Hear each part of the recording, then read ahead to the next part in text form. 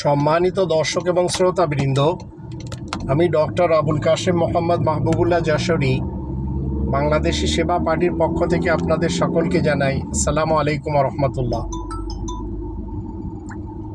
আমরা যে অক্সিজেন ব্যবহার করি প্রতিনিয়তে, এটি আল্লাহ তাআলার দেওয়া আমাদের জন্য অনেক বড় নিয়ামত।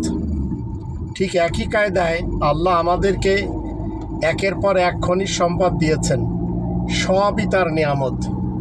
কিন্তু এই নিয়ামতগুলি যখন আমি বাংলাদেশি সেবা পার্টির পক্ষ থেকে চলমান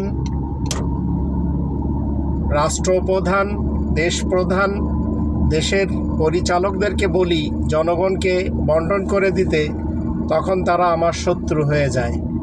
তবে বাংলাদেশি সেবা পার্টি সুযোগ পেলে অবশ্যই আল্লাহ তাআলার সংবিধান মতে এই দেশের প্রত্যেকটি মানুষকে কোটিপতি করে রাজার মতো বাঁচার